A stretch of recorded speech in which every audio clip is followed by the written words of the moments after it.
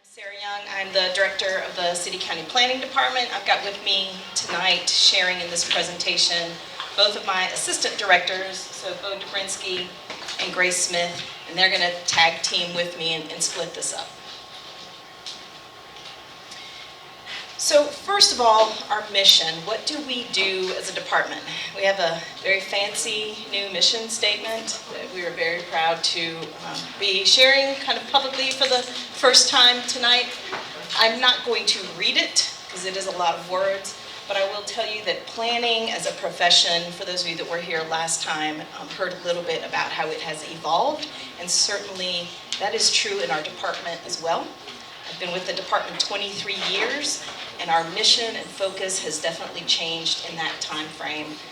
We are much more centered around community and engagement and equity than we ever have been, and I'm very excited about that.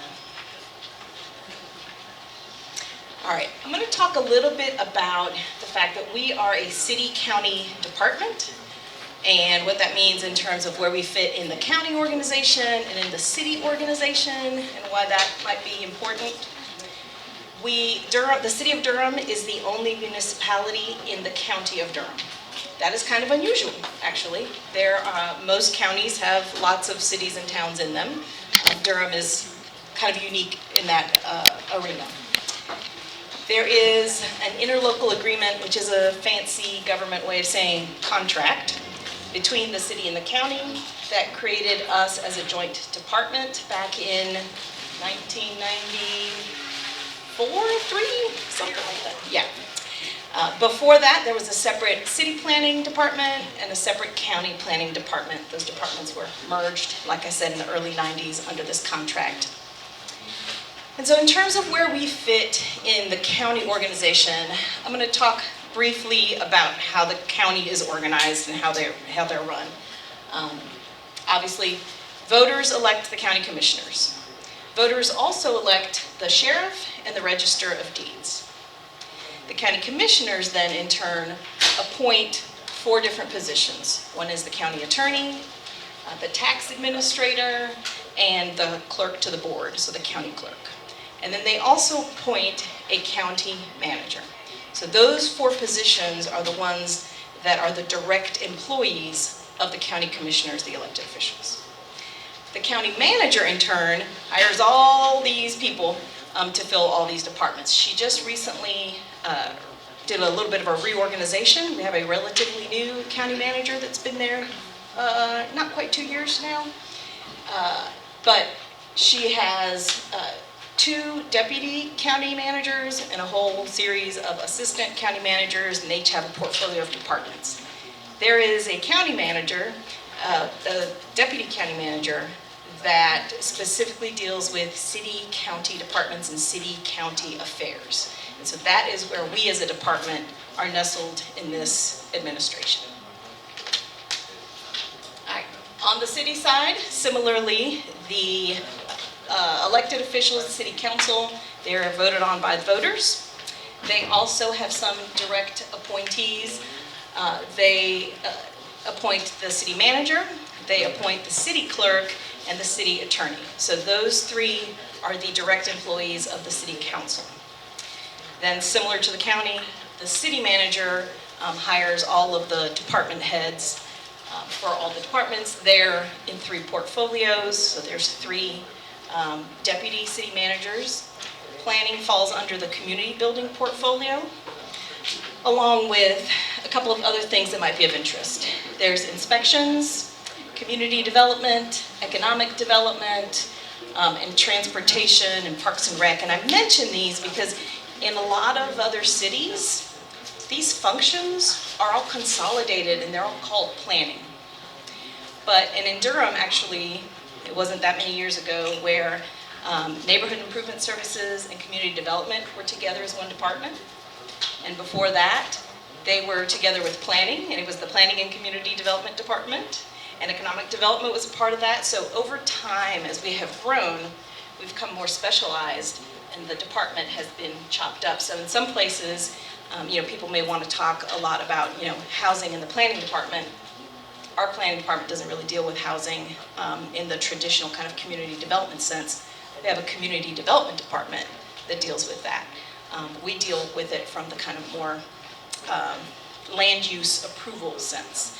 So you may hear some of that, some of you may have questions. I'm happy to talk with anyone at the break or afterwards about some of those nuances, but I did want to explain that because that is different than in a lot of other places. All right, and then we come to our department, and I want to talk briefly about how we are organized. We also have a series of portfolios. Basically, the department has two halves, one under each assistant director, and then there's a series of teams under each of those portfolios. So I know it's super tiny and you can't see it, but we're going to go into a little more in-depth look at each one of the teams and what they do in just a minute. In terms of our budget, I think it's important to understand that, you know, the first pie chart is our budget as a department, and the fact that we are 92% personnel and only 8% operations. That means that, you know, we're not out there, you know, paving streets or doing things that require, you know, materials and equipment, right? Taxpayers are paying for our brain power, and that the operations are really very minimal in terms of, you know, hard cost. Office supplies, our fleet vehicles, which we have very few, etc. In the grand scheme of things, though, planning is just 2% out of the overall city budget. Okay, our budget is just around 5.7 million, and that's just 2% of the overall city budget. All right, so we're going to talk now about kind of the two divisions in planning and what they do and why they do different things. So we really have kind of two buckets in the planning world, and this was touched on a little bit, I think, at last week's presentation. But one is kind of looking at the world through a strategic planning lens. These are things that involved legislative decisions. Those are decisions made by elected officials. There'll be another session that gets into more detail about that. They set policy, they create regulations. You know, we have some examples of things like this is the division that prepares plans, like the comprehensive plan. They write ordinances. They process things like annexations and rezonings that are legislative, kind of big picture policy decisions. And then we have development services, and that's kind of the administrative half of the house. These are things that staff has the ability under state law to approve administratively. There's little to no discretion involved, which is one thing that frustrates some people, that we might want to talk about that in a little while. But the main goal here is we're verifying compliance with standards that already exist, okay? We don't make things up on the fly. This is often called by right development, right? What can you do with the rules that are already in place that already apply to you? And, you know, some examples, plats, site plans, you know, sign permits, inspections. We do some inspections for things. So how do you know what you can and can't do with your property? If we're going back to that notion. And I know that Robin, I think in his presentation last week, touched a little bit on zoning. So if you're starting with, I want to do X on my property, whatever that is, the first thing that we do is check the zoning district, right? Every piece of property in Durham has a zoning district that it's mapped to, that's assigned to it. And if it allows it, you just are going to follow those rules. That's what we call a by right development, and it's an administrative, meaning a staff approval. Sometimes there are a few extra things you got to do, even if you're following the rules. I'm not going to get into that because that's a whole rabbit hole we can go down. But then if your district does not allow you to do what you want to do, you can go through a legislative process like a rezoning or even a text amendment to change the rules that apply to your property. All right. So let's talk a little bit briefly about the volume of work that the department does. We process a lot of different development applications, approximately 7,500 applications a year. I often get asked, by residents, we don't like it that staff approves things. We think everything should go to the elected officials. And I can tell you that The reason state law sets it up so that administrative approvals are possible is because there is not enough time, hours, meetings, bandwidth of elected officials in large jurisdictions like ours to process 7,500 applications themselves. That is why they have an administrative staff, that they have things delegated to them. These are the teams that we're going to talk about a little more in depth in a minute, but you will see kind of the percentage of applications. The vast majority of applications are relatively minor applications, meaning they're not for giant mega developments. They're very modest things. The important one is, if you'll notice, this 4% growth management. That is the team that Grace is going to talk to you about in a minute. That's where the legislative approvals are. And so out of all these 7,500 a year, only 4% of them are things that go to the governing bodies. And I will tell you, the governing bodies are stretched really thin and their agendas are super full. So we're experiencing a lot of applications. All right, I think this is my last slide. Yep, Grace? I have a question. Go for it. So if it is a joint city-county, why does the county not help out with the budget piece? Why is it only money coming from the city? They do. So, Okay. yeah, our funding comes from 3 sources. Remember I talked about the interlocal agreement, that contract between the city and the county? So that sets the funding regime. And what that says is we take development fees first, right? So obviously for an application, if you want to submit an application, it costs X dollars. We set fees every year for that, right? So all the fees that we get, you take that off of our budget, and then whatever's left, the city and the county split half and half.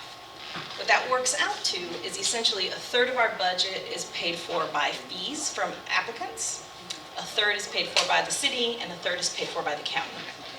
You will often see things, and I'm glad you brought this up, that you'll hear that we're city employees, or that we have our city budget. A lot of our stuff shows up at city, and that's because under that agreement, or that contract, it says that operationally we function as city employees. We follow city policies and rules and procedures and fall under their protocols. Because it would be impossible if we had to try and do both, because they don't do the same things. It's hard enough as it is. So, but hopefully that answers your question. Thanks. I wanted to add to that we don't do the same thing. Interestingly, for a long time when I first came to work here, the city did not acknowledge Veterans Day as a holiday, but the county did. So all of us would be like, so do we go to work that day, or what do we do, right? We would go to work because we fall under the city rules, and they would say either be there or take vacation time. So here I am. I'm going to put my readers on because I'm rapidly joining the old farts club. Do you want me to use this? Okay. Perfect. Okay. All right, so I'm going to have to move this around just a little bit. So could I take that one out of the stand?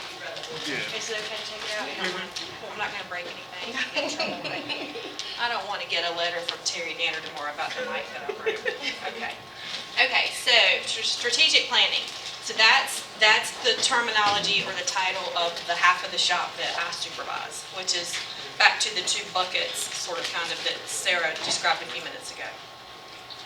All right, in strategic planning, we have 3 different work groups. We have the community planning work group is the first one we're going to talk about. So in the community planning work group, and I'm sorry, but I'm going to read a lot of this off the slides because it's easier, and you're going to get a lot of this information in later or subsequent sessions, and some you may have covered a little bit already, but probably most you're going to cover later, and I don't want to spoil anything. So in the community planning group, they focus on developing the long-range visionary type plans. They also staff one quasi-judicial boarding commission. So they are the group that did the heavy lift and recently brought the comprehensive plan, which is brand new and recently adopted, over the finish line. That was a plan we had been working on since 2019. They do small area plans, environmental plans, and updates to those plans. transportation coordination planning with other groups in the region, also in our county and city departments. Historic preservation, which is the one subject matter where they staff a quasi-judicial board, which is the Historic Preservation Commission, which is the support right under Historic Preservation there. Appearance Commission support, Durham Open Space and Trails, which you've probably heard people call that DOST. That's another commission they support. And interagency coordination. So pretty much so if we have to coordinate with maybe Orange County or City of Raleigh on some planning matters, this team normally would take the lead on that type of coordination. Okay, so I just mentioned this was a huge project, probably the biggest one we've had in years. Just finished this. It was adopted on October 9th and October 16th by the respective governing bodies. And it is our comprehensive plan. It is our long-range vision for how Durham should grow. It is visionary. It is not, it's policy, it is not law. So we have to learn more about the laws and rules later. But this is our vision of how we want to grow, the things we want to see happen, and happen out there in the built environment as our community develops.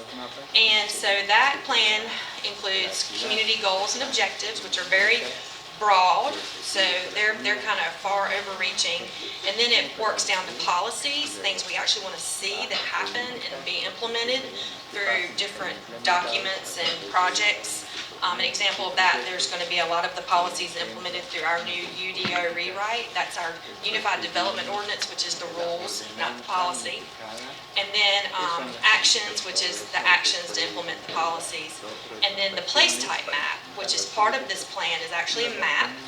And it shows all of these different categories are assigned to every parcel in Durham. They have a place type. Okay, so that used to be called future land use, if any of you have ever heard of that, the future land use map. But we no longer have a future land use map, we have a place type map. Okay, so historic preservation, actually this is one of the topics I have grown, thank you Jamari, I have grown to love. I did not have oversight of historic preservation when I first came to Durham, but through some reorgs and some opportunities, I'll just say, I was able to get pretty deep into this subject matter. I'd like to learn more. I'm learning more every day. However, it's a lot of fun, and we're taking care of all of our historic resources in Durham. And learning more about our history is not just built environment, but actual history through different types of initiatives that we are working on. So, policies and regulations are to preserve architectural and cultural heritage. It's not just buildings, it's culture too. But we do have local historic districts, and they're scattered throughout Durham, and they're listed here. So we have the Cleveland Street Local District, the Downtown Durham Local District, the Fayetteville Street Local District, Golden Belt, Holloway Street, Moorhead Hill, Trinity Heights, and Watts Hillendale local districts. Those districts they comprise multiple parcels, and in those districts, anyone that has property or lives in a property in those districts, if they wanted to make exterior modifications to their property or their structure, they would come to our department and apply for a certificate of appropriateness in a lot of cases. There are some cases where it would just be maintenance and they wouldn't have to get a permit. But it's to preserve the significance of those districts, and they have their own different significance. They're not all the same. If you were to read each one of the plans, preservation plans for these districts, they're very different because they come from different eras of significance in history. We also have 84 local landmarks.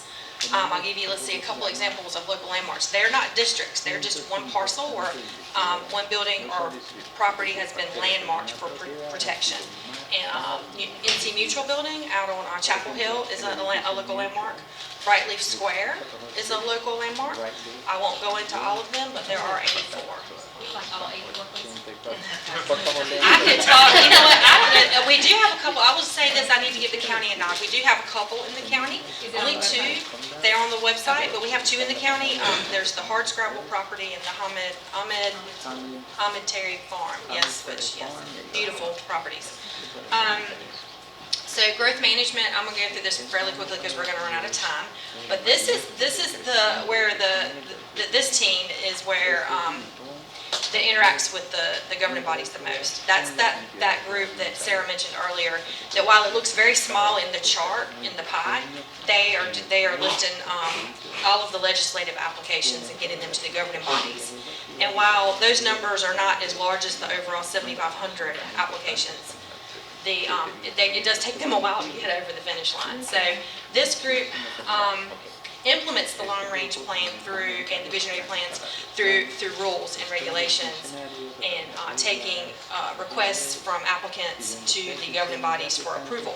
So that would be zoning map changes, where you change the zoning on a property, plan amendments if someone wants to change what the plan actually says or states, and the annexation petitions if you want to make your property part of the city, development agreements, watershed determinations, zoning atlas management. They manage if someone comes in and they think they have an error in their zoning, that team will look that up, do that research, and take it to the planning director for a determination. Unified development ordinance changes, that's the book of the rules. So if someone wants to change the rules, they have to apply through that process. Planning commission support, that's our, I think Kim mentioned that a little while ago, that you had wanted to serve on planning commission or actually been appointed, and then you actually were asked to do something else.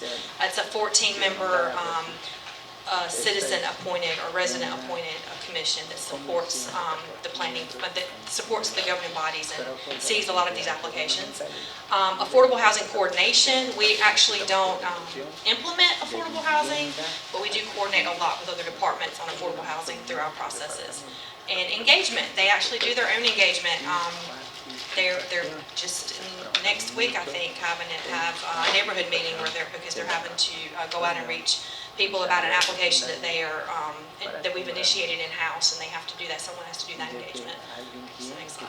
All right, so this is that snapshot that Sarah talked about a little while ago about the growth management cases, and this includes all the zoning map changes, annexation petitions, and UDO text amendments, and it averages like 97 a year, which is relatively high compared to what we don't have on the slide is back 10 years, and back 10 years ago it was crazy if you saw 50 applications. You would be like, oh, that's so many. And so, yeah, anyway, next. So the zoning map change I talked about, that's just quickly, it's to change the zoning on the property. So whatever this property is zoned, if it's zoned residential and someone wants to use it for commercial, they have to ask for rezoning. It goes through the recommendation vetting through planning commission. They make a recommendation to city council or the board of county commissioners depending on where the property is located, city or county. Okay. Annexations, this slide is a good snapshot to show how busy we've been. So we're approximately at around 8,000 acres right now. Look, we're projecting to be up around 12, well, not quite 12,000 acres, 11 something. 80,000, I'm sorry, I can't read. I thought that seemed low. Wow, thank you. Look, I think I need new readers already. Let's see. Okay, yeah, 80,000. Yeah, I can't see from here. It looks a little flat. Okay. Yeah, so 120, so maybe 115, I don't know, up in there. Yeah, so, but you can tell where, right in here, so right here you can see where we're starting to, we really started going up here, but we're still on that upward trajectory. So, yeah. And strategic support, it's another group that's part of the growth management team, and they are doing all kinds of support throughout the whole department. Planning Academy is one project, shout out to them. Educational, institutional partnerships, student mentorship program. We're trying to work with the local universities on trying to work with them and get their students in planning and get them acclimated and understand what planning is, because some of them have never heard of it. Internship programs. In fact, some of our employees were actually interns. It's kind of cool. Departmental racial equity work plan. We have our own departmental racial equity work plan, but there's also a city work plan, and we do an equity and impact analysis. Language access plan implementation. We're trying to translate all of our forms into at least we're working on Spanish right now, so that's where we're trying to work with the city language access plan. Departmental business plans, which is really our strategic plan. customer satisfaction and feedback. User testing, we have residents come in and test some things that we're doing to see if we're hitting the mark or not. Like a recent one is website updates. You know, does this make sense? Should we even go down this path or go this way? And data framework and historical records analysis, that's just research basically. Next slide. Business services, last but not least, because we could not do any of our work without business services. This young man is smiling because he knows that. So business services supports the entire department. So they're basically our administrative and technology management team. They manage our budget, they track our budget, they keep us from spending too much money and getting in trouble. They are our technology support. They are our administrative support for boards and commissions for everything we do. They manage our data. They also oversee records and centralized application intake. So we wouldn't be able to do anything or process anything without their support. And I'm going to hand this over to Bo because we're running out of time. I'm sorry, I tried to go as fast as I could. Hey, Bo Renzi again. Similar to Juan Carlos, I'm not a big fan of microphones, so I don't do much karaoke. I'll do my best. Go ahead, Juan. All right, got it. So, I oversee the work groups that do what we consider current planning, development services is what we call it. So I'm going to go with each. Can you speak a little slower? Yes. Even those of us with English are having trouble. Yes. So I oversee the work groups that work with development services, very regulatory.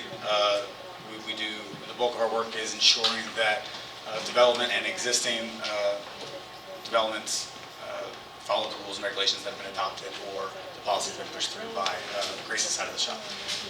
One of those work groups is the Major Development Review Work Group, and this is the team that oversees and reviews large-scale site plans and subdivisions. This includes any sort of development to land that is exterior to a building or any change of use. That's sort of the quick and easy way in terms of what requires a site plan, with the exception of single family. They also process special use permits and variances, which you'll learn more about in a later session. Those go to the Board of Adjustment, and just think of those as exceptions to the adopted rules. An example of a special use permit would be it would be an instance where the code allows a particular use may be allowed in a district if it meets certain findings. So, for example, a daycare in a residential district. Typically, you couldn't have a non-residential use in a residential district, but a daycare, might be something that is appropriate within that neighborhood context. They also process right-of-way withdrawals and street closings. Many times there will be dedicated right-of-way that is for public use, and there are processes for that to be reverted back to adjacent property owners. They also inspect street trees. So a couple of years ago, I believe Robin talked about this at the last session, City Council adopted an ordinance that required all street trees to be located within the right-of-way. So Robin is frequently out in these streets, inspecting these trees, and these are in the thousands. These are a lot of inspections. Spent a lot of time meeting with residents, but the bulk of this group's time is speaking with design professionals, working because we're doing by right development. It's administrative, going through a checkbox. Your exercise later today will really dig into this. This is just a sort of showing you the volume. You're talking roughly 400 cases. Some of these will take tens and tens of hours. Some of them will take far less. But we have what's called, in addition to the UDO and the comprehensive plan, we have other adopted plans. We have a landscape manual. So it's very prescriptive about what trees are allowed when and how they should be planted, and what size they should be, and probably a lot of other details that Robin is telling me I'm forgetting. And here's just an example where you'll see if it's a street tree, it can be X. If it is a tree for a parking lot, which is we call it vehicle use area, that has separate criteria as well. We've got a team, we call them minor development group, or minor development review, not because they are smaller or young. Keep on. Sorry, we'll talk about them later. We have a team, a minor engineering group. We have a small team with engineering staff, and I won't go through each and every one just in the interest of time, but they essentially review a lot of uses and development within the right-of-way. For example, I'm a big restaurant person, so I like going out to eat, and downtown we have a lot of places that set up that we allow seating in the sidewalk or in a parking space. This is the group that reviews and approves that. They also review and approve temporary closures for construction purposes, which I know can sometimes be a nuisance or a pain, but this is what this team is tasked with. And they also handle the administration of our flood insurance program, essentially reviewing all development that is in the floodplain. Again, just showing the sheer volume. A lot of these are floodplain reviews. We have a very robust program above and beyond the requirements from the National Flood Insurance Program.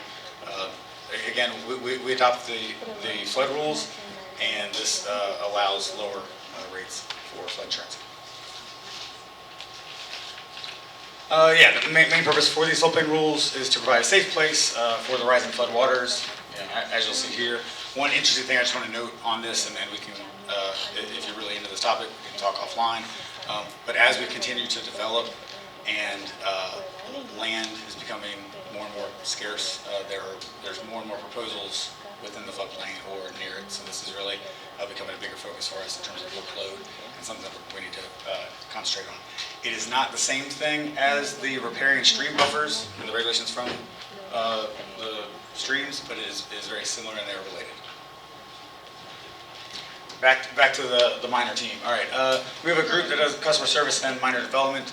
These are the folks that when you walk in, you will talk to. If you submit a customer service inquiry, a ticket, this is who's going to respond to you. They are hearing inquiries. It's roughly 75-ish a day. That fluctuates. These vary from, what's being built next to me, all the way to may I build a shed in my backyard, may I build a 27-story building on Main Street, and this, planning is a field that is very wide and diverse, and these folks really hear all of it. They also process zoning and business verification letters, sign permits, temporary uses, so carnivals, fairs, fireworks sales, Christmas tree sales, all those things are permitted by the planning department in this group. And they also review every building permit. So we are not in the inspections department and we do not enforce the building code, but we are reviewing each building permit for consistency with the UDO. And another situation of just the sheer volume in terms of the cases. I think to Sarah's point, there's a great deal of applications. This is probably a big chunk of them. A lot of these are the building permits themselves or home occupations, sign permits. Those numbers are very, very high. Sign permits, I'm not going to read the definition of a sign to you. I would just let you know that every sign you see is being permitted. There's about 350 of them a year. Every time a business changes, wall signs, ground signs, pole signs, and they're all, if it's visible from the street, we have a size or a color or a dimensional standard that we are regulating. Home occupation permits, we allow minimal business or non-residential activity within your home. It has some specific standards that you've got to meet. This does not include teleworking or working from home like a lot of folks are doing after the pandemic. But this would include, if you wanted to have an office, you could have a therapy office, or you could have a hair salon with one employee. So there's limitations to it. Otherwise, it would be a change of use, and you would most likely need a rezoning. But you can, as long as it's an accessory to your dwelling and you live there, we will issue a permit. Zoning administration. So this is the team of folks that really, I always think of it as, sort of after the fact, they continue with the developments and ensure that they're meeting the standards of the UDO. This picture is really, really cute. after the fact enforcement development regulations. So site compliance inspections, after something is built, after the site plan is approved, that you'll talk about later, the contractors construct the site, and there's a lot of inspectors that go out there. This is the team from planning that will go out there and count the shrubs, ensure that they're installed correctly, ensure the trees are installed correctly, parking spaces, lighting, the setbacks, is the building in the right place? Are the bike racks located in the right place? Are they spaced appropriately? All that's being ensured by this team of folks with site compliance inspections. They're also tasked with investigating of complaints of zoning violations. So if Robin wanted to have his pig farm or whatever he was into, or pig processing, and if we wanted to complain about this, you would submit a ticket, and this would be the team that would go out and investigate. Not surprisingly, we receive a great deal of complaints about folks because people are interested in their community, and they want it to, whether it be aesthetic or noise or some other impact. Many times the complaints will be parking in the front yard. If you're not on a driveway, that would be a violation. A use violation, like I said with the example with Robin, probably our most common one would be auto repair in a single family or something of that nature. And so these are the folks tasked with that. They also, and so they issue notices of violation or potentially cite folks for violating the zoning ordinance. And then one last thing that they do is they proactively try and educate folks and go in the community, because a lot of times when these rules are being broken, it's not, that is not the intention of the violator. They usually just don't know. And so one thing that we're really trying to lean into heavily is educating, proactively letting folks know, because that is a much better approach than finding residents. Oh, Sarah's back. Surprise. All right, I'm going to wrap us up with a quick touch on a hot topic that is on everyone's mind, which is growth. All right, so let's talk briefly about population, right? Our current population estimate is about 350,000 people in Durham County, just a little over 300,000 in the city. And that comes from, we get our information from, there is a local or regional organization called the Central Pines Regional Council of Governments. It is a quasi-governmental entity, and they produce estimates for us. So we get our information from them. It is based on census data. And, yep. Is that overlapping figures, or do you add them together to get the total? No, no. So Are the population figures overlapping? yeah. So right. So you don't add them together. They are overlapping. So the city is within Durham County, right? So if you were to subtract, then you would get the number, which is going to be 48,000 that is county only. Okay. In terms of where we're expecting growth, we, again, using our friends at Central Pines, they have estimated that by 2030, we will be at 372, so probably about another 20,000 folks by the end, by 2030, and that by 2050, we'll be at 466,000 people. Okay. So, of course, the question is, where are all these people going to go? Where are we going to fit all these people? So our comprehensive plan, which I think there's going to be more on that another day, maybe, probably, okay? There will be now. So that plan forecasts out, okay, if we're expecting this population growth, where are we going to put these people?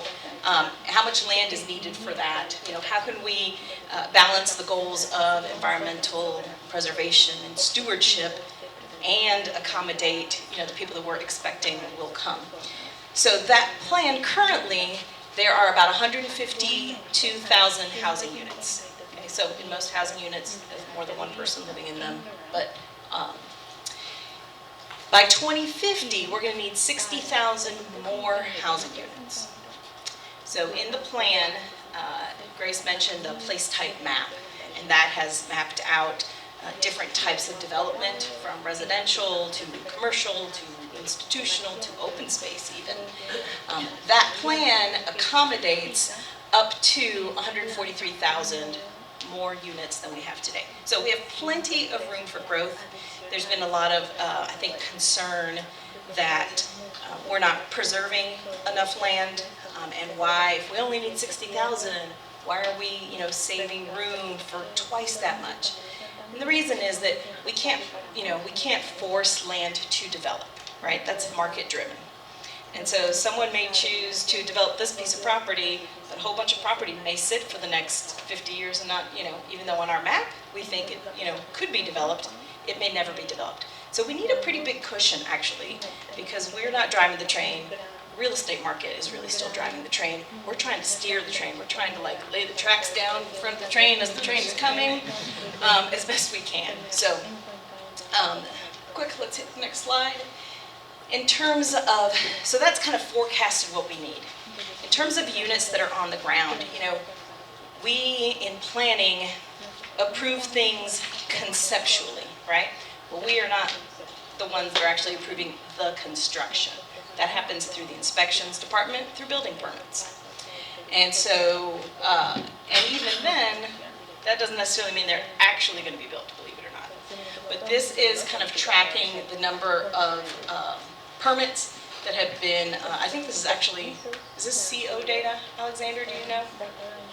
Is this CO data or is this building? Okay, so these are actually for real legit built units, and you see that we're kind of on track this year. There will probably be about 5,500 new residential units built this year. So I wanted to give you kind of a snippet of where we are, because this is probably the most common question we get asked. And with that, I think that's the last slide. You've got questions? Yeah. Good. You may or may not have this data right now, but with the new units that have been built to keep us on track this year, do you know how many of those are dedicated to low-income housing? I don't have that. That's definitely data that we could try and get. I don't know how fast we could get that, but Alexander, I don't know if you have a response you want to share? Sorry. We can get you that specific data for the units that are built. In terms of, we started tracking at the rezoning stage, and right now 6.5% of all units that go through rezoning are dedicated as income restricted or affordable, which equates to about 1,200 units so far. Thank you. Question for clarification. I believe it was Bo. Yes. You mentioned the violations. Do you work, I guess, in conjunction with neighborhood improvement, or are the violations separate between the two? That is an excellent question. So neighborhood improvement services, they're enforcing minimum housing code and codes associated with nuisance, so tall grass or junk and debris in the yard, junk cars as well. We overlap a little bit with junk cars. That's actually the only thing that our ordinances overlap.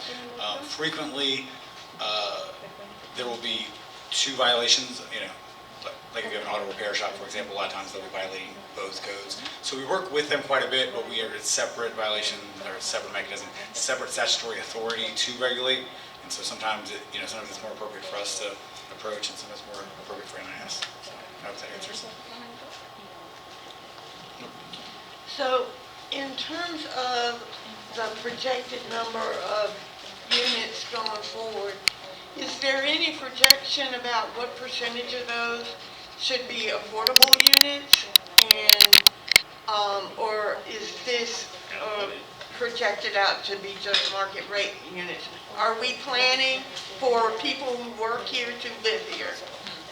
Yeah, that is an excellent question. So the comprehensive plan has a policy, and remember, policy is the goal, it's aspirational, we're trying to get there, that 15% of all units will be affordable.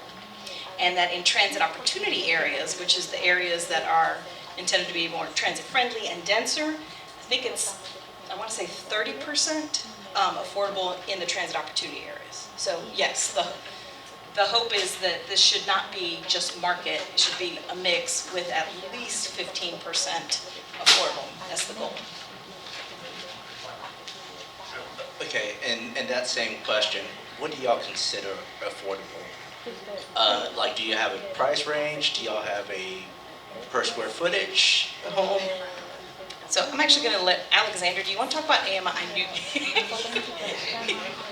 he deals with this much more than I do in the specifics. All right, thanks, y'all. Yeah, recently, about a year ago, we identified that we needed more resources, so we created a position that's a principal planner of affordable housing. And they started tracking this, and we started collecting data. Believe it or not, we didn't have a lot of this data before, and we're still learning how to collect it. So the ordinance right now defines affordable housing as 60% AMI, based on the metropolitan statistical area for Durham and Chapel Hill. That's how that statistical area is defined. And AMI means area median income. Thank you, Mimi. And so that is based on a household size. So it's between 1 and 8 people in a household, and that could be anywhere from 40,000 to 116,000, depending on how many people are in your house. So that's how AMI is defined. It's 60%, and then we say it's for a 30-year tenure, so for 30 years long to be qualified as affordable. In terms of the income limits, those are defined by the federal government, and we tie into those. And then our community development department is in charge of ensuring that these are met, and that there are, income verifications that they do to ensure that the people that move into the homes actually qualify and are, not wealthy, right? So that is kind of how that works. I don't know if that answers the question. Alexander, clarify what the expected rent would be for the income.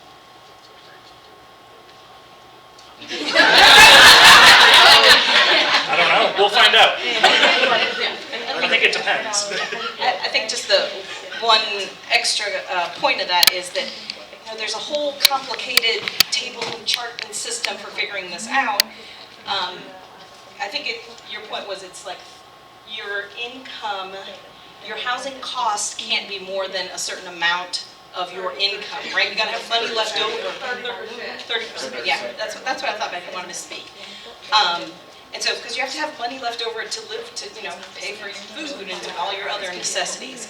And so that depends based on household size, and it's kind of a complicated thing. But we can follow up with more information on that. Yeah, and I think we're running out of time. I think. Yeah. One last question. Hang on 1 second. Right, okay, that's a good point. So let me just say that real quick, and then we'll do our last question, and then you can tag us at the break. We cannot require affordable housing. Under state law in North Carolina, it is illegal for a local government to require a developer to provide any amount of affordable housing. So we try and get at it otherwise. We try and incentivize. The city tries to develop its own affordable housing when it can, but that's a limitation that other places don't have that in North Carolina we do. All right, Lisa, I think you had... Yeah, I just wanted to know, out of the future developments, what is your goal for the number of units that are owned instead of rented? And especially, what's the percentage for affordable living units that are homes, that are owned rather than rented? Because it seems like everything that's getting thrown up these days are, and they're mostly apartments, are all rentals. And So we don't have a goal for owner-occupied versus rental. I will say my personal stance is rentals are homes too, apartments are homes too. And so you will not see a particular goal from us on that, and that's a conversation I'm happy to have as a sidebar if anyone wants to follow up on that. But I'm going to hand it over because I think we're running over our time. Yeah, thank you, Sarah, Grace, and Bo, for your presentation. And thank you all for your great questions. We're going to go into a quick, brief break, about 5 minutes. Just a quick break, and then we'll return. And when we return, we'll go over administrative development and application types, again, with Jessica and Bo. Good evening, everybody. I am Jessica Dockery, and I am the planning manager for the Major Development Review Group. Bo mentioned that as one of the groups that he was talking about. And I'm a little broken this evening, so I hope you'll bear with me and let me sit. And if I'm blocking you all, let me know. So, some of this is a little bit of a review because Bo and some of the other speakers have already touched on some of it. So I'm going to help make up some of the time since we're way behind. But please ask questions. If I'm skipping something you're deeply interested in, let me know. It is a lot about applications and how we review. So it may not be what you need to know, but feel free to ask, all right? Jamari, you want to get a second? So this is about development review, and as you probably have noticed, the Unified Development Ordinance has something about almost anything you could possibly want to do to your property. You may not need an application to do that, but there's probably a rule about it. For instance, if you want to put a fence up, you don't need a building permit for that, but there are rules that tell you where you put it, how tall it can be, and how you would build it. So this is the timeline for development review. And it's probably a little small. Y'all have this in your packet, of course. You can come in on this timeline at any point. You may have a property that you own, and you just want to build a house. So you come in at this end at the building permit. Lucky you. You only have a few more things to do. Or you may have this great idea and you want to build a huge development, or even just 3 or 4 new houses, or a business, and the zoning doesn't match. Or you just happen to be outside the city limits and you need sewer and water. Well, unfortunately, you're going to end up down there. Annexation is the first stop, followed by rezoning. So you can come in at any point, depending on what your project is. Go ahead. There are 2 different plan types that are most important for development review. The first one is the development plan. That comes in during rezoning. That tells you what you can or cannot do, where you can access the property, very important details like that. It doesn't usually get into the details of like tree preservation, open space, buffers. That's what the UDO will tell you. But it gives the general outline and limits. And that's what the City Council or Board of County Commissioners will vote on when they decide if they're going to rezone. And then, if there is a development plan for a property, the site plan has to agree with that. We have to make sure that what was agreed upon by the governing board shows up on the site plan. There are plenty of places in the county, though, that don't have a development plan on that parcel. They didn't have to rezone. And so you could go straight to a site plan. Those are the by right developments that Sarah mentioned. Development plans are not. That's legislative. The City Council and Board of County Commissioners vote on those. So you get to the site plan, it's administrative. We make the decision based on all of the rules and regulations, state, local, federal, all of those. And we make sure everybody follows the rules. Here you start. Can you do what you want to do? If not, sorry, you have to go to rezoning. If yes, you pop right over to a site plan. It also says or preliminary plat.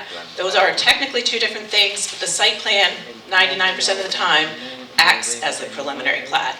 And that means you're going to show us how you're going to divide it. You're going to show us where the infrastructure is. You're going to have all of that on a preliminary plat and then later come back with a final plat that matches that.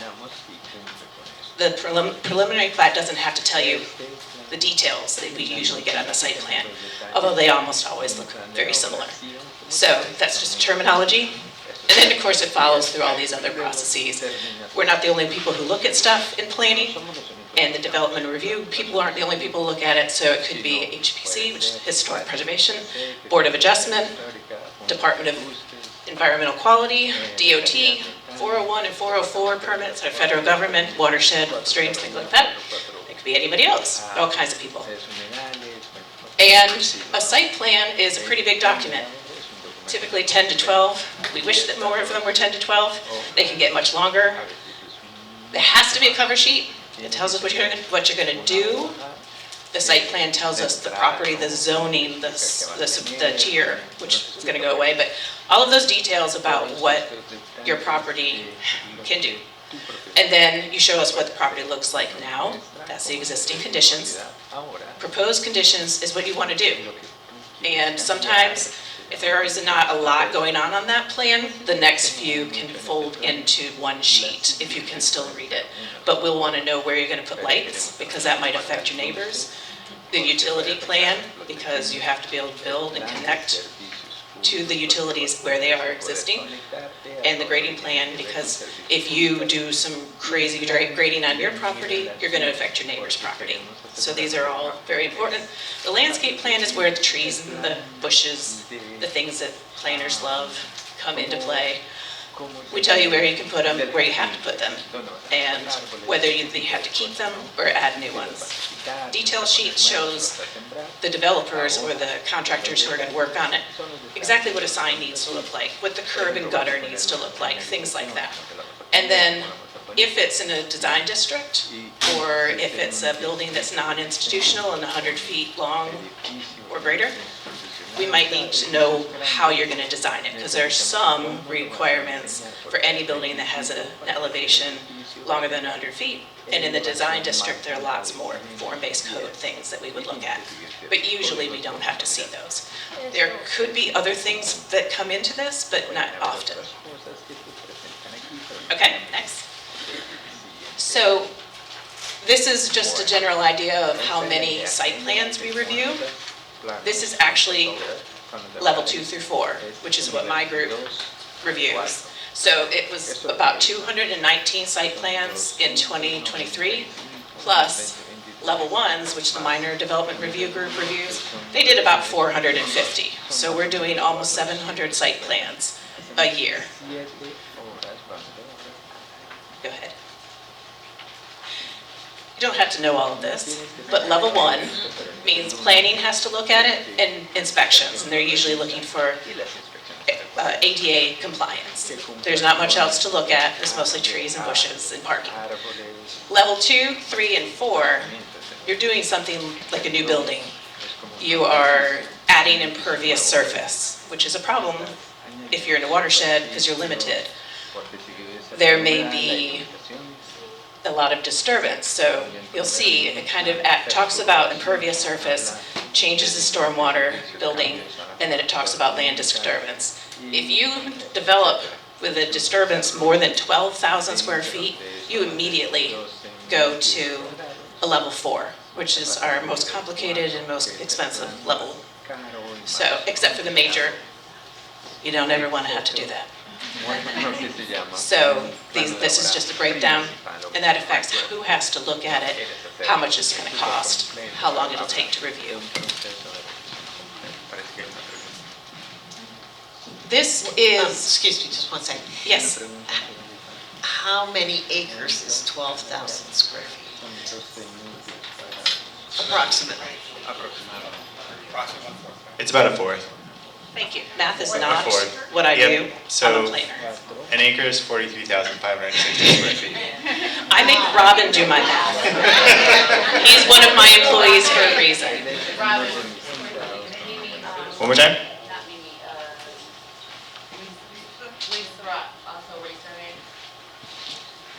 That was the question that I was talking about. Good job. But there is another question that I want to ask. Sure. I wanted to make sure we acknowledge. As far as grading goes, are you also over blasting if that has to occur through granite to? Blasting requires a permit from the county fire marshal. Okay, we but who would not. oversees the whole process? With the city has their own version of that? Okay. We don't. You don't want planners in charge of that. I think that, you know more about that than I do. Do you want to cover it for me? Who's in charge of overseeing blasting as it takes place? So blasting is managed by the fire department. So there is a city fire marshal's office and a county fire marshal's office, depending on the jurisdiction. That's where that would go. There is a blasting permit. The regulations for that permit come from the state fire and building code. And that is the limit of my knowledge on that topic. So probably they look afterwards. My guess. That's how permits often work, is that you apply for the permit, tell them what you're going to do, and then at the end they make sure you did what you said you were going to do. And there rarely are people in the middle. But I don't know about that. There is a process to report that, but you would have to document beforehand, before the blasting, and then if anything took place afterwards, you would have to share that documentation, I think, with the fire departments. the fire department in the city and the county marshal. And Sarah's got more, hold on. So, blasting is, damage due to blasting is not something that the city or the county are involved in. So by law, that is a civil matter between the affected resident and the blasting company. Because the blasting company is who is insured to cover damage. And so there is a process. I always encourage people, and this is a bit, I think, of an education and PR challenge. You know, particularly, people don't want to let strangers in. You know, someone comes knocking on your door, we want to do a pre-blast inspection, you know, we're going to be doing something. I wouldn't let some random person into my house to walk around, right? Well, yeah, but so we encounter a lot of very reasonable trepidation from people when the situation happens. And so what we're finding is that it's a challenge making sure that all those pre-blast surveys are happening.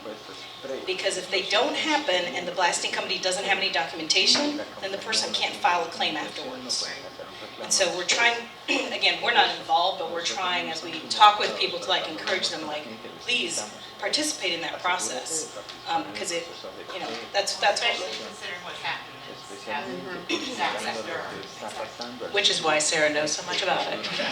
So, earlier it was suggested that if you wanted to add a shed to your yard, you needed a permit. You gotta have a site plan to put a Lowe's shed in your backyard? You do not need a building permit unless it's larger than 12 feet in any direction. So if you had a 12 by 14 shed, you would need a building permit. Are you serious? I am dead serious. Oh my But God, I'm so you would glad I only need couldn't a building afford permit. that Don't tell him. You don't need a site plan. You do not need a site plan. That's my only good news for you. I just have one quick question. Yes. So if a builder does not adhere to the plan, so let's just say, you know, they were supposed to grade the land to a certain degree, but they did not, right? They failed to do so. How long do they have to rectify that? So we have various enforcement agencies that will look at different things. So if they didn't grade correctly, the soil and erosion control with the county stormwater department would be out there issuing an NOV, a notice of violation. If they don't put in the right number of plants or they don't have enough parking, planning, zoning compliance goes out. Each department that has a dog in that fight will have inspections that can go out and check those things. If they are being cited, then that citation process goes into effect, and it would depend on what the citations, what their period is, and it should say in the letter. If they haven't fully completed a site plan and they let their permits expire, it's just been sitting there, it's been 2 years, 3 years, 4 years, nobody's done anything, that site plan becomes invalid. And they should not be allowed to continue with the project. That doesn't happen very often. More often, nobody started the project in time. And so they would have to have a permit to continue with an approved site plan rather than having to start over. All right, y'all, these are really great questions, but we might ask you to hold them just to the end just because we're running a little low on time, but we do appreciate them. All right, I will try not to speak too quickly, but I am going to move through these pretty quickly. This is just a site plan application, has a checklist on the back. You can see all of this online.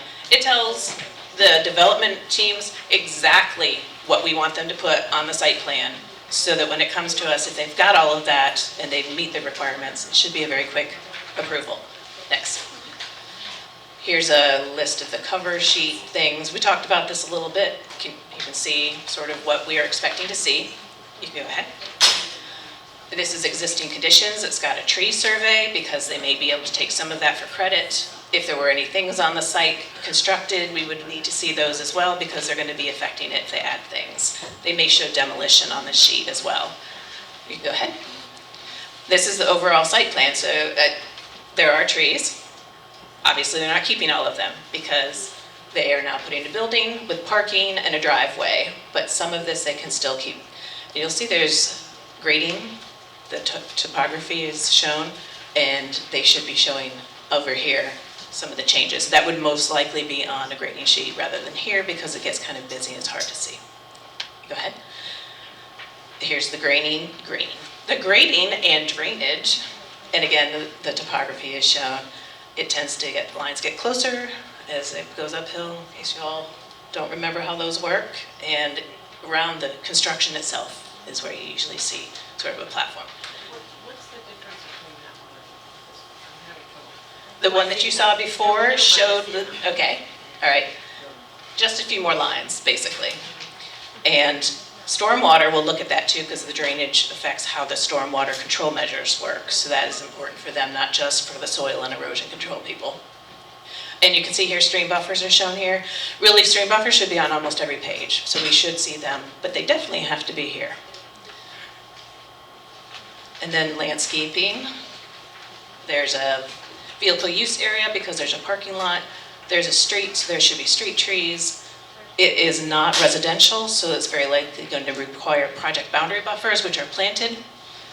And I do believe in the bottom corner, there might even be some tree coverage. And you can see the stream buffer up in the top right corner. They have to keep those trees because you aren't supposed to be in the stream buffer. So those are the things we would see on the landscaping sheet. You can go ahead.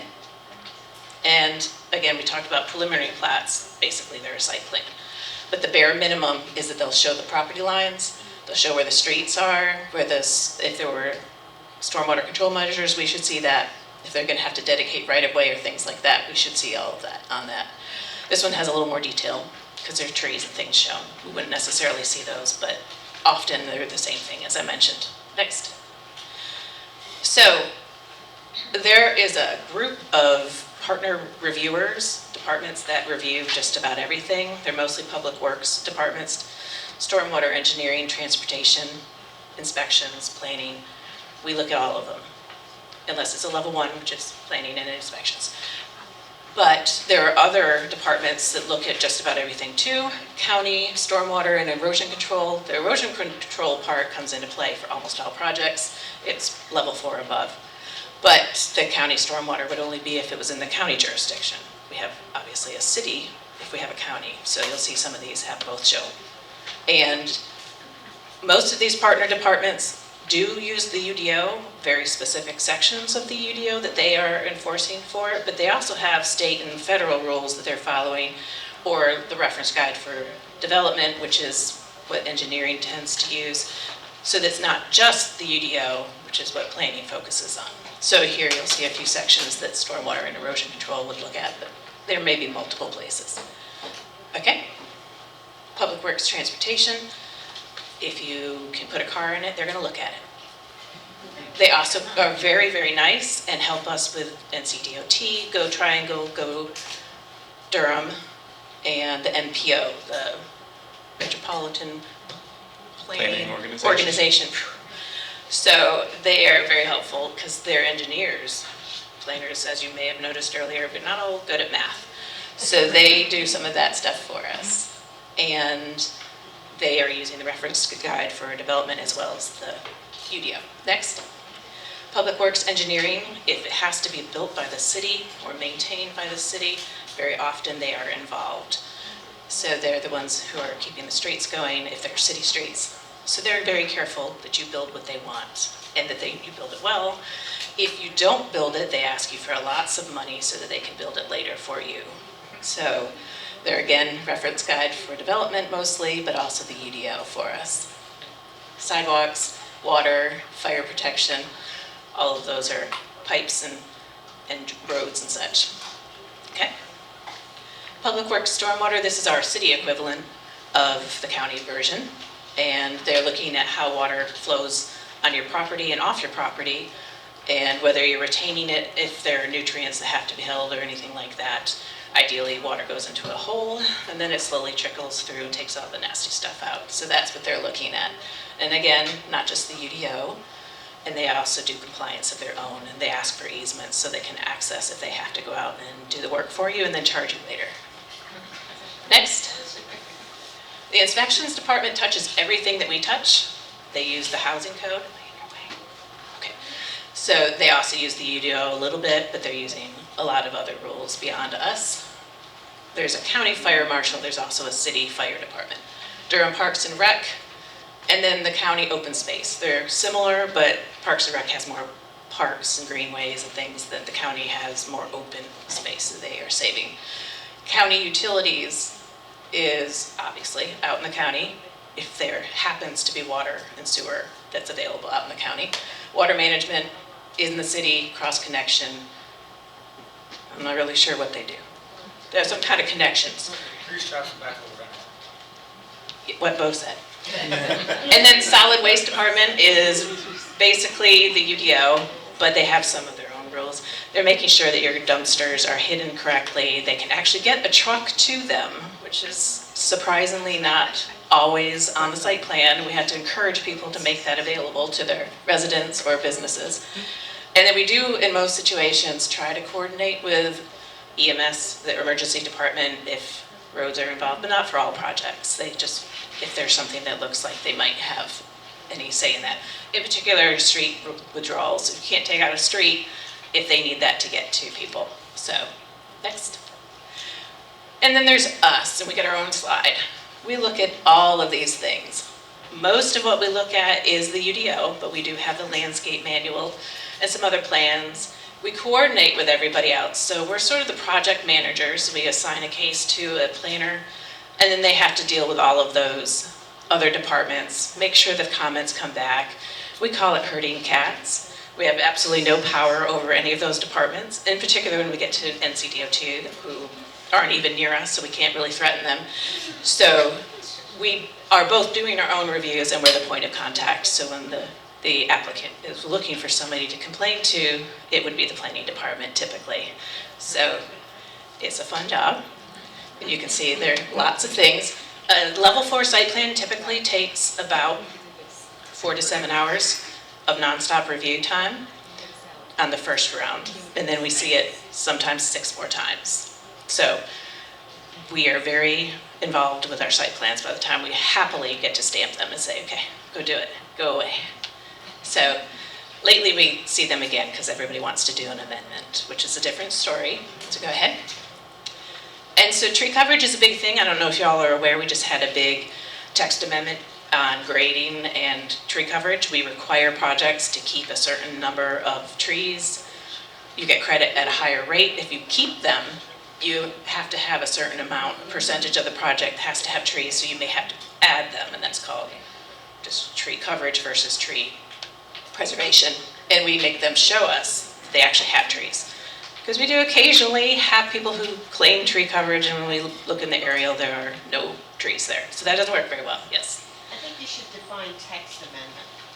A text amendment is when the Unified Development Ordinance is changed, and we can, as staff, initiate that change based on problems we've seen with how the UDO is working. If a lot of people are complaining that it's difficult to use a certain section, or it's not working the way we thought it would work, that's the most common. They can also come from the governing bodies that suggest that maybe we make those changes for them. We write them, we do not approve them. There's also a private initiated option that we have where somebody from the public suggests a change.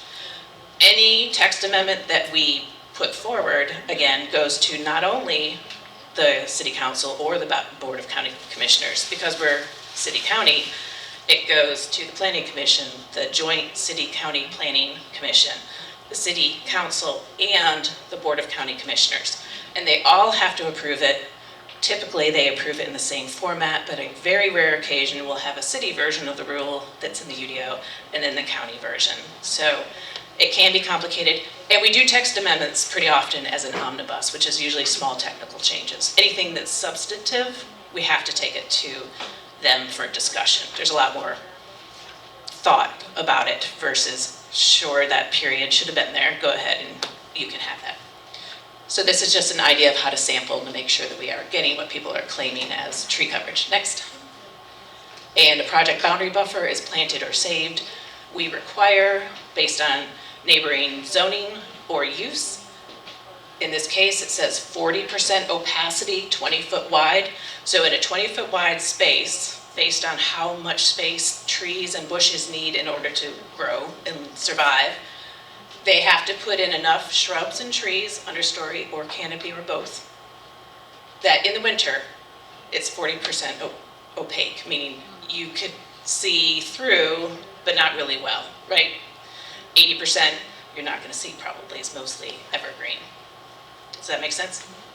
Okay, so each type of project based on its use and zoning could have a very different buffer, and we have a table for that.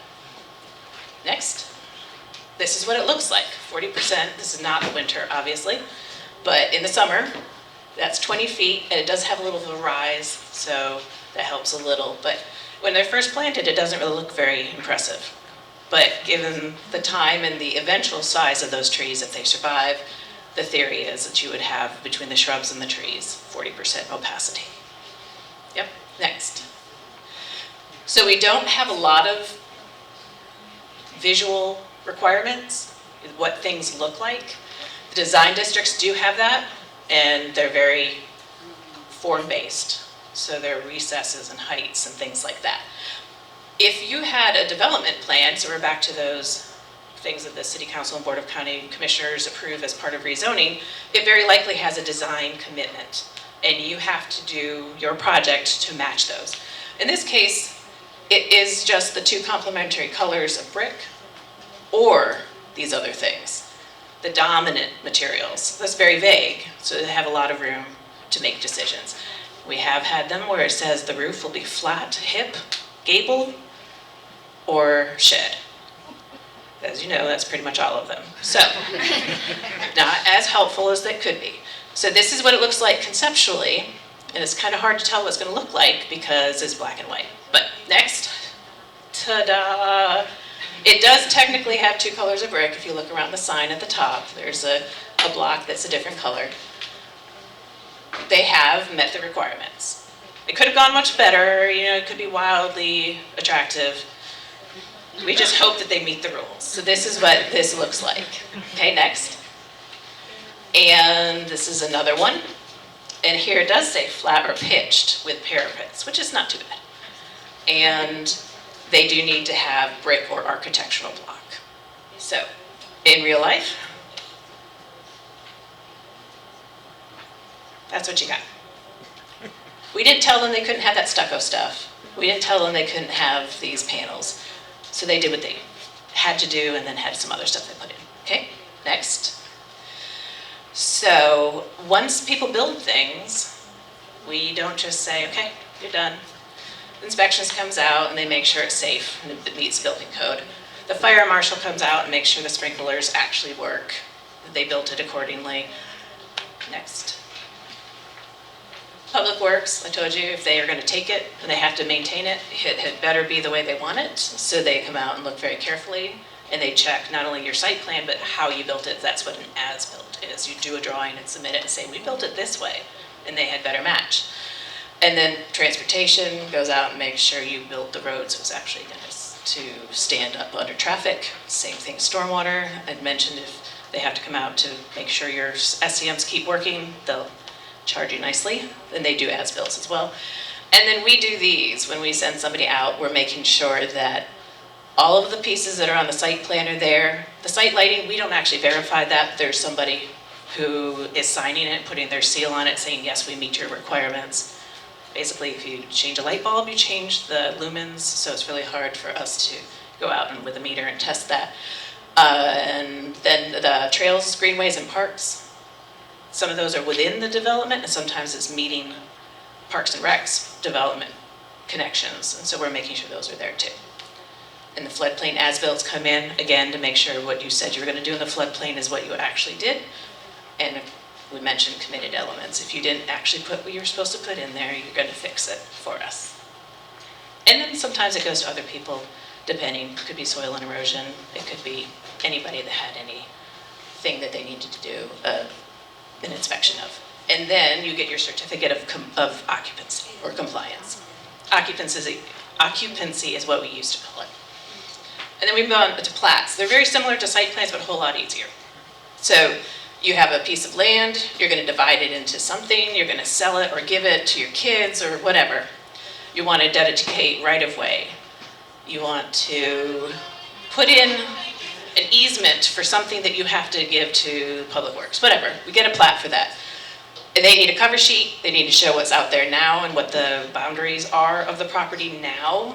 And then they're going to show us anything they're going to add, any easements, any right-of-way, any changes to the property line. It might move 4 inches. You still have to show us how it changed.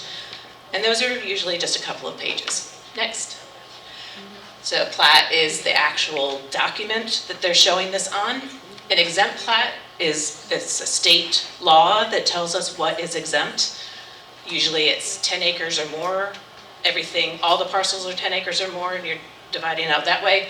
Or you're just shifting the line, you're not actually creating more parcels. And then the final plat is what we see a lot of things in, they match the site plan. So you're going to show the same parcels, the same open space, the same tree save, the same right of way. All of that is going to match a site plan. Next. And it's very similar. You come in here after you've done all your site plan and your construction drawing approvals. Now you can sell your parcels. So you're going to make a final plat that matches and you're done. Until you get to the building permits and all that. So this is just a general idea of how many final plats. We had about 63 in 2003, 500 exempt plats.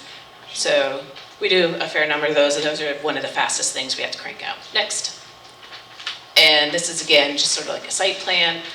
The cover sheet's very similar. Next. Here's it showing actually what would end up on there. You can see roads and lots. There's some trees saved and some buffers. Next. And a lot of the same people who look at the site plans are looking at these plats too. If it's exempt, it's usually just the planning department. But the other departments will come in and they're going to look at it, the same things they look for. Reference guide for development, etc. Next. All right, and these are other types of applications. The minor development review does most of these, and Bo talked about them. So you have the home ocs that he mentioned. We also have to do things like the ABC permits and building permits, planning reviews.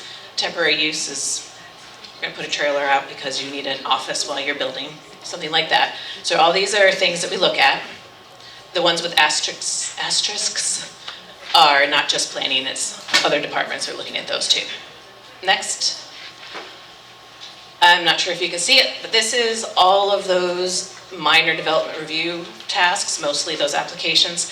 This does actually have the level 1 site plans in it, so that was another slide that talked about those, so you can subtract that now out in your mind, but it's just the tiny, tiny sliver at the top anyways. So it's 4,145 of these applications that were processed in 2023, and they all have very short timelines. Next. Most of our applications are ours, but sometimes we have to get them from other departments. For instance, ABC permits come from the ABC Commission. You want to sell alcohol, you have to work through them, and we just sign off and say it's okay where you're going to put it. The zoning says it's fine. And that's the same thing for group homes and that type of permit. Next. And now I am done. Any questions for me before we hand it off to Jaleesa?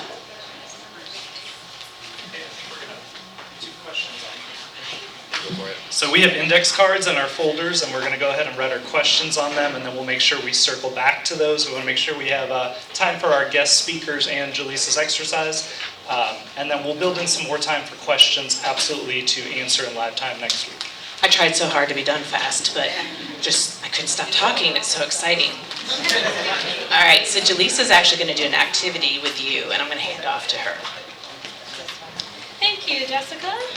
Jessica's my supervisor. She does wonderful work. All right, welcome back, everyone. My name is Jaleesa Harris. I am your planner for the night. So 2 things. You should have 2 papers. One should be the checklist. It should have a list of things with square boxes. And the second thing you should have is a site plan, and it's a very big and long packet. Does everyone have that? Okay. Looks like everyone's almost there. Does anyone not have those two items? Everyone's good? All right.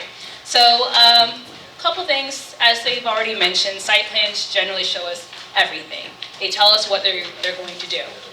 The goal of this exercise is to walk you through a few elements of the site plan so you're able to look at any site plan and find some key features like where are the trees, how much parking is there, how many houses will be there, that kind of thing.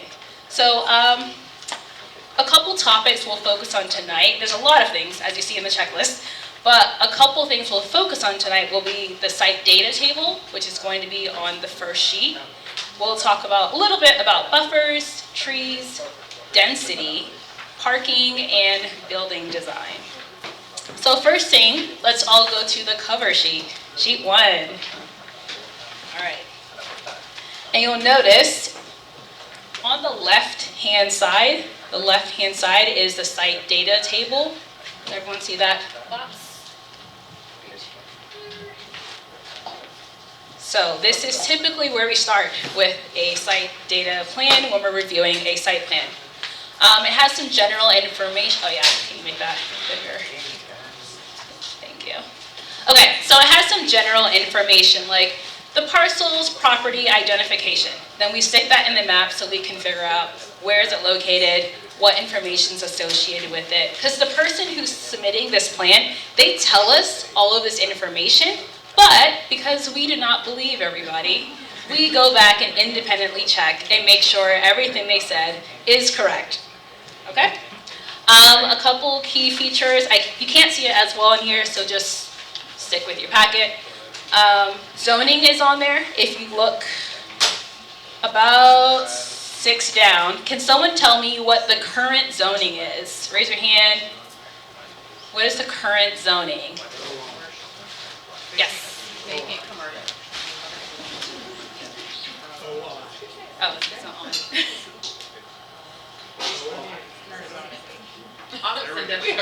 OI. All right, thank you. So OI, which means office industrial. So with that zoning category, that's going to limit some of the uses. That'll give us other information like how much parking is allowed.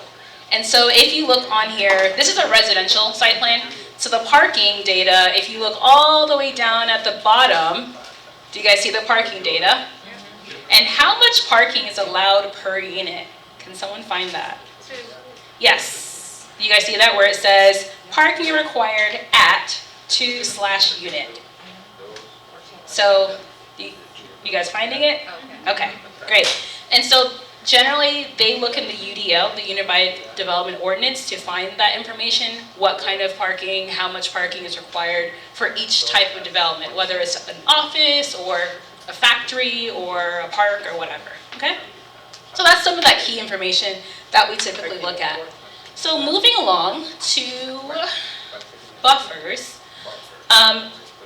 We talked about buffers already. Jessica introduced it to you. This project does not have buffers. So can everyone go to sheet number 3? Sheet number 3.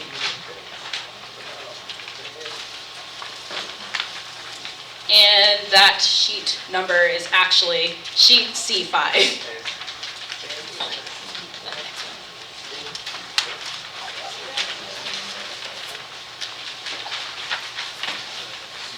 And so as you see, yes, C5 in the, oh sorry, I lied, I'm so sorry, C3.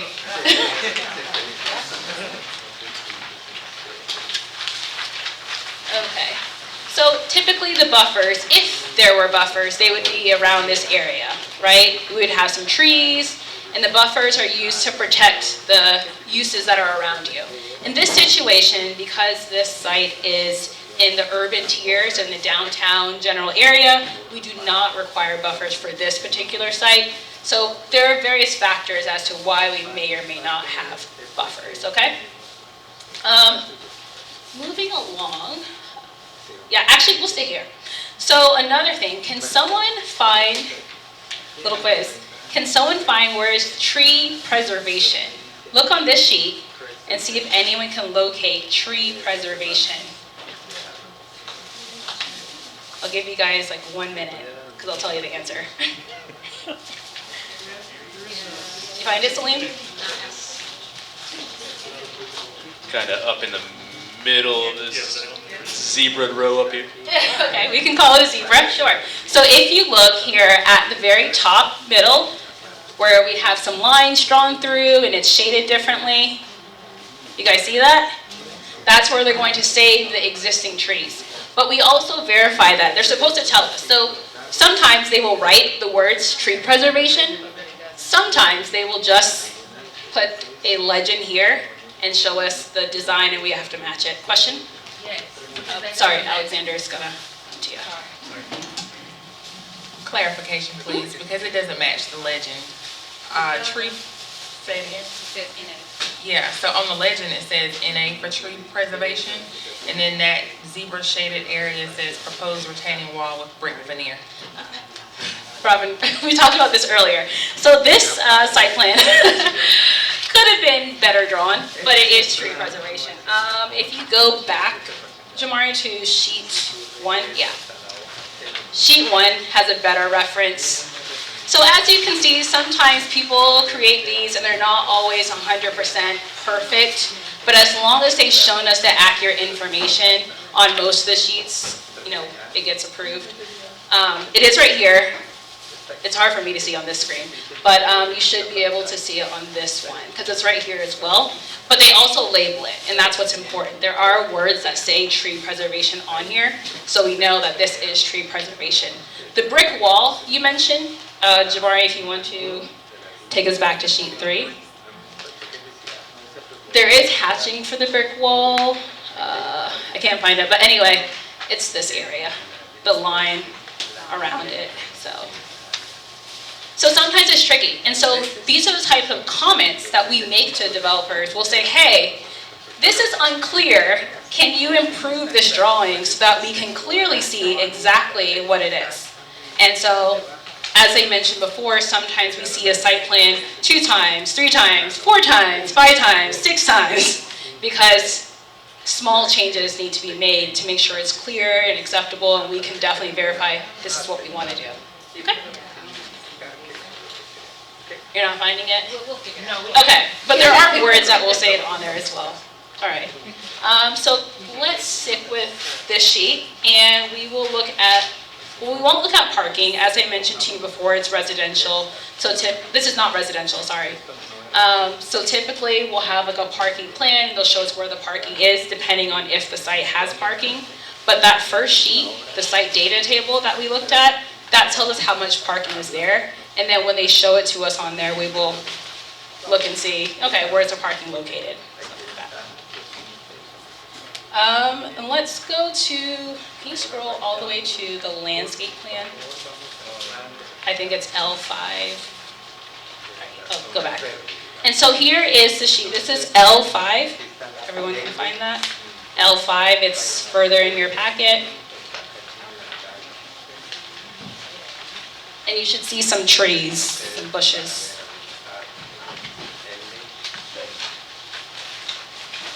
And in the corner it says L5.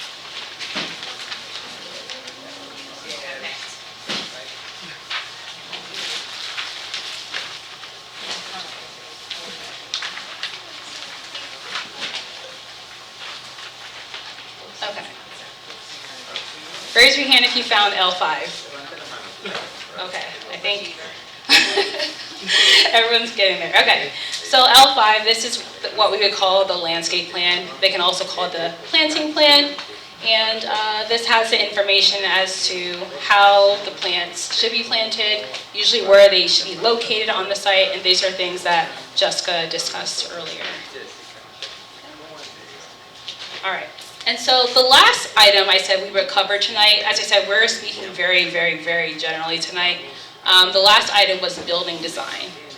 And you'll notice, they mentioned earlier, that we don't regulate building design a ton. There is a state law that prevents local government from regulating it. So we can regulate certain things in the design district, as Jessica explained to you, but generally speaking, for the most part, we can't really say what it's supposed to look like. So if you see a lot of brick buildings and you don't like brick buildings, there's not a ton we can do about that. All right, so we will end here. We just want to take a quick, very, very high level look at how to find certain elements. the site data table is a key place to start with making sure the site could be approved. Thanks, Julie. Sure, thank you. So we will make sure we create some more space next week because we tried to fit a lot in today, so we will adapt and try to create more space next week for questions. We do have two esteemed people here to hopefully provide a little more information on what the Planning Commission and Board of Adjustment do. We'll keep it short and sweet, but we have both the Planning Commission Chair, Kimberly Cameron, and Justin Hall, is that correct? From the Board of Adjustment here. And we are just going to get to know them quick and see what they do. Thanks for making time. All right, we're going to restart. Board of Adjustment is where you go if you want to do something to your property that normally you couldn't do because either you need a variance because what you want to do is not in conformance with what the zoning requirements of that area would accept, or maybe it would be okay with zoning, like a minor special use permit, but you gotta get a special kind of acceptance to go on with it. A Board of Adjustment meeting is sort of like a court hearing.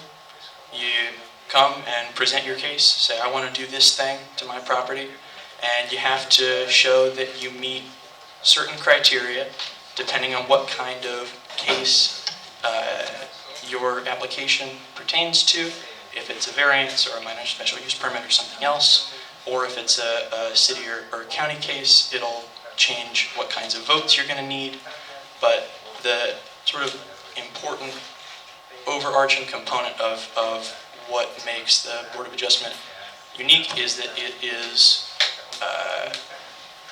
it's quasi-judicial. It's going to require someone to take an oath and to ensure that the board does not make decisions just based on opinion, but are going over what the criteria are for whatever the kind of case is, and making a decision only based on if the application meets the criteria or if it doesn't. That's basically what the board does, and it is impactful to the community in that, I mean, if you directly want to do something to your property, then you're going to deal with it. But I mean, you know, all over, you can go and check, see online. I'm sure there's probably somebody near you that has decided at some point now or recently that they wanted to do something to their property that they otherwise would not have been able to, and it in some way probably affected that little general area. So that's about it. I'm going to stand up because I have that skirt on, and I'm not doing PR here tonight. All right, I'm Kim Cameron, and I'm the Planning Commission Chair. We are a 14-member advisory board. We are either voted in by the City Council or the County Board of Commissioners, so we're a joint board between the city and the county. We review plans and make recommendations on policies, and we report to the professional planning staff of the city, and then we make those recommendations on rezoning applications and any zoning ordinance changes. Our other duties will include reviewing reports, proposing and reviewing policies and procedures, for encouraging broad public input on all plans, reporting to the governing bodies, and that is the City Council, the County Board of Commissioners of the planning jurisdictions, and the status of planning activities. So also, when the comprehensive plan is up, we will hold those public hearings for that comprehensive plan. I think that was just approved, right, for the new comprehensive plans. The UDO is coming up, right? So any changes to the UDO, they know what that is, right? No. Do we know what the UDO stands for? Alexander? No? Yeah, okay. So trying to not say the alphabet soup. And so the way a planning commission meeting works is that we have the planning staff present the case first, and then the applicant will come up and they have about 10 minutes to present the case. Sometimes the applicant presents the case themselves if it's a smaller case. If it's a larger case, typically a representative, an attorney will present that case for them. And then after that, the public will get a chance to talk. They usually have about 2 minutes to talk. Since COVID time, it used to be all in person. You know, we switched to Zoom, and now we're kind of hybrid, which people in the galley and city council galley have a chance to speak, and then people on Zoom have a chance to speak as well. After all the people get done having a chance to speak, and the applicant then has another chance to answer any questions if they have any time remaining on their 10 minutes. The chair will close the public hearing, and then the commissioners will have a chance to ask the applicant questions or the planning staff questions as it relates to the application to get some clarification on any of the zoning, any of the land use issues in regards to any environmental implications that may happen, any parking, any transportation issues. And a lot of times too, we ask, if it's a large development, we ask about inclusion of affordable housing and how it will impact the community at large. And so we typically, the past few years, that's been a really big question to the developers, especially on these large developments, how they are going to incorporate affordable housing or even a variety of housing options into their developments. And then after that, we vote. We vote in an affirmative, meaning that we vote to move something forward in a positive manner. If someone votes no, we say that the recommendation fails. So we fail to move it in a positive manner to the city council or the county commissioners. Our vote is not the final vote. We make those recommendations to the city county or the county commissioners. They can take what our opinion, they can take it or they cannot take it, and then they vote the way they choose to vote. And then their vote is the final vote. And any questions about that? All right. All right. So that wraps up tonight's session. Thank you to our guest speakers that we had just now. Thank you to you all for coming here to speak. Thank you to all of our presenters that we had today. And also a big shout out to Amber. She's put all this together.